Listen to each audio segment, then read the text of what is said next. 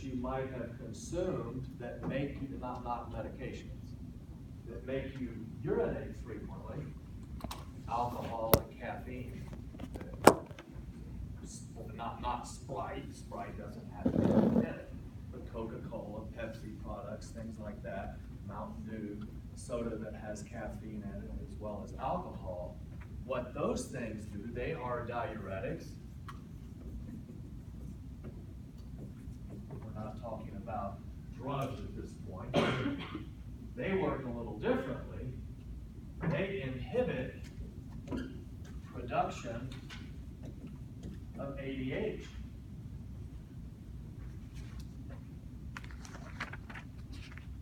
So if you're, watching a movie and you pour cans of Mountain Dew or 4 cans of beer, something like that, the reason that you urinate frequently, it's called diuresis. The reason that you urinate frequently, or the reason that you are in diuresis, is because the caffeine or the alcohol, whichever you're consuming, are inhibiting the production of ADH.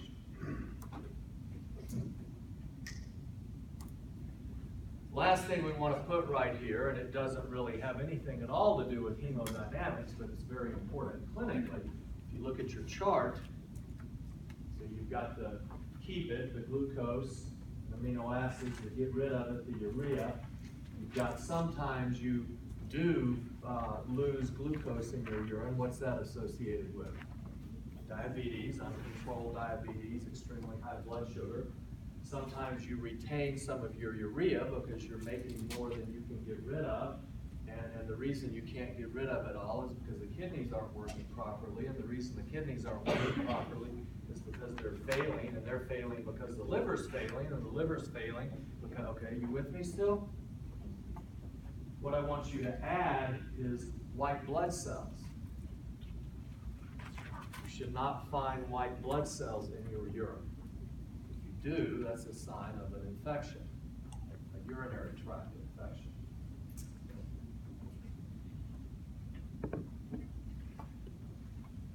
Then in that last column, the it depends column, you've got the water, which of course is a function of the osmoreceptors that we just talked about. And the control there is ADH. What else do you have in the it depends column? Salt. And the amount of salt that you keep versus you lose is a function of your blood pressure, which is monitored by baroreceptors. Okay. And the hormone there is aldosterone, which we will get to and will no doubt be your favorite. Okay, this takes us to page 20, the anterior pituitary. We're going to glance histologically at some of the glands as we go through them. Not all of them, but the ones that we actually have photomicrographs of. In other words, you all have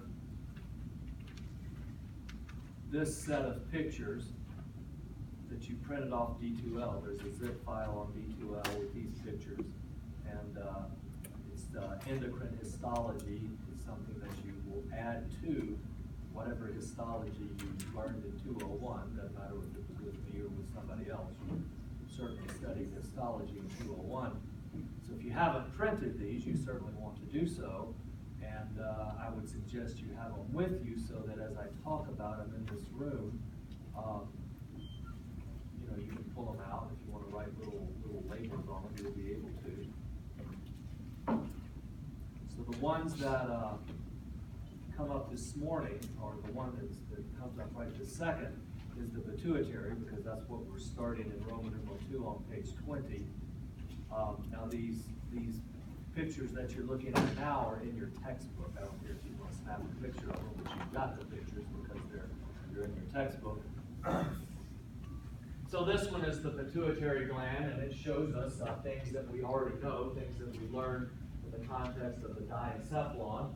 So the pituitary gland has an anterior lobe and a posterior lobe. It has an intermediate or median lobe. You can see how tiny it is, and the function of it is questionable in people.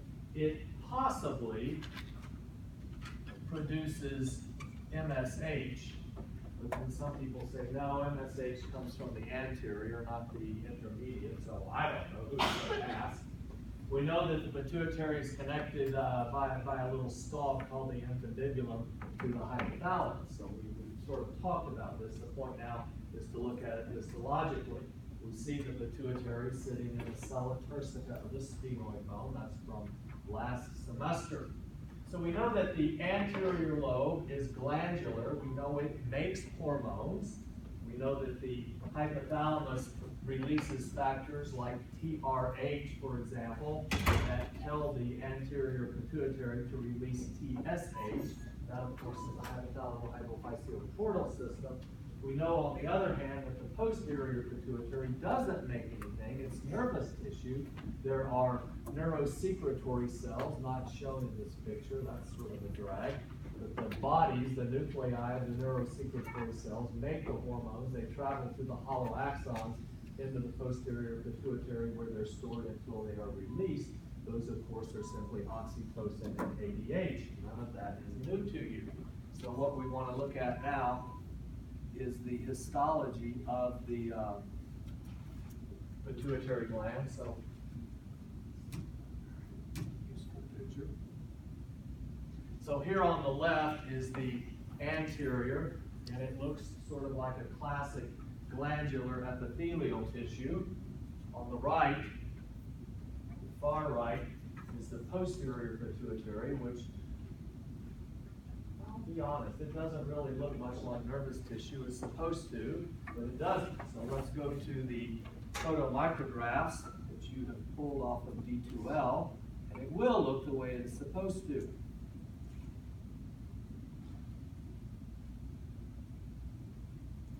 So this is the pituitary, this is the anterior pituitary, this is the intermediate lobe, this is the posterior pituitary, and as we zoom in on the posterior, it will look like nervous tissue. You'll actually see neurons in there. Anterior on the left, posterior on the right, median lobe or intermediate lobe in the middle. This looks a lot like the pancreas. It looks a lot like